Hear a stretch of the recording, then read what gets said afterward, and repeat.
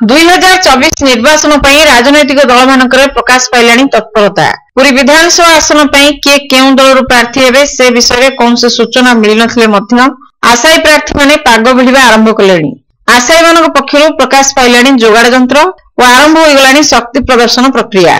क्षमतासीन BJD पक्षरु प्रार्थी हेबा पई आशायी संख्या अनेक जे जहा स्तर रे सेमाने टिकेट पाइबा पई लॉबी आरंभ कर देलेनी। गत निर्वाचन में बीजेडी रो दुर्ग बोली कहा जाउथबा पूरी आसन हाथछड़ा करथिबा बेले आगामी निर्वाचन में जे कोनोसी मते एहाकू दखल करबा पई बीजेडी दृढ़ प्रतिज्ञ। निर्वाचन को आखि आगे रखी बीजेडी रो गोटे गोष्ठी पक्षरु आयोजित हो जाइछि श्रीक्षेत्र विकास संकल्प महिला पदयात्रा। गुंडीचा मंदिर निकटरू बाहरी एही पदयात्रा बगला धर्मशाला पर्यंत आसीथिला। पदयात्रा रे मुख्यतः अंशग्रहण करथिले विभिन्न बस्ती और आखपाख ग्रामांचल महिला।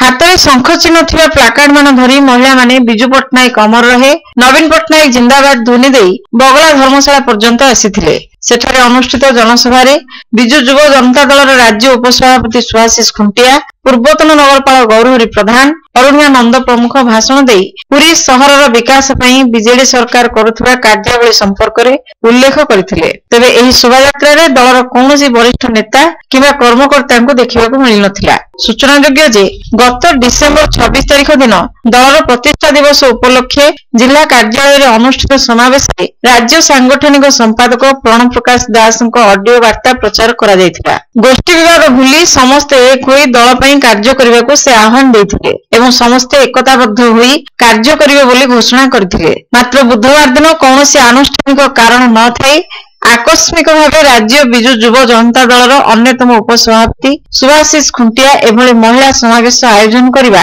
राजनैतिक महल रे भूकुंचन सृष्टि करिछि।